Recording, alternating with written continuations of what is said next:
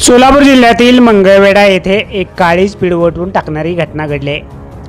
पाण्यात बुडून 3 जणांचा मृत्यू झाल्यानं सर्वत्र हळहळ व्यक्त केली जात आहे. या दुर्घटनेमध्ये आईसह 2 चिमुकल्या लेकरांचा दुर्दैवी मृत्यू झालाय. या संदर्भात अधिक माहिती अशी की वैशाली अनिल घोडके या दोन्ही चिमुकल्यांना घेऊन शुक्रवारी सायंकाळी कपडे धुण्यासाठी एका तलावात गेल्या होत्या.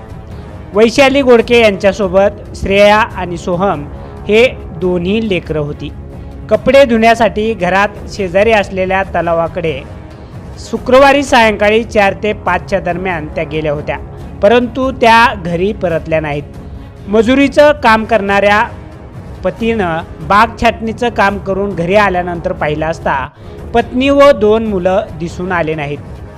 पती अनिल घोडके यांनी आजूबाजूच्या शेजाऱ्यांकडे विचारणा केली असता त्यांनी कपडे धुण्यास त्यांची पत्नी गेली असल्याचं सांगितलं.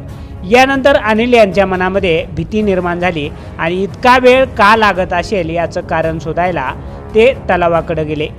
तलावाच्या परिसरामध्ये शोध घेतला असता कपडे धुण्याचं साहित्य तलावाशेजारी आढळून आलं.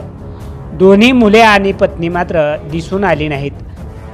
दरम्यान रात्री 10च्या दरम्यान वैशाली यांचा मृतदेह पाण्यावर तरंगताना आढळून आला.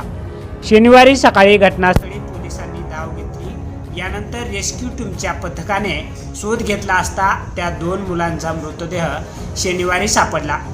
हे तिन्ही मृतदेह पाहून नातेवाईकांनी एकच हंबरडा फोडला. ही दुर्दैवी घटना मंगळवेढा तालुक्यातील खडकी येथे घडली असून वैशाली अनिल घोडके वय वर्ष 35, श्रेया अनिल घोडके वय वर्ष 12 आणि सोहम अनिल घोडके वय वर्ष 10 अशी मृतांची नावे आहेत.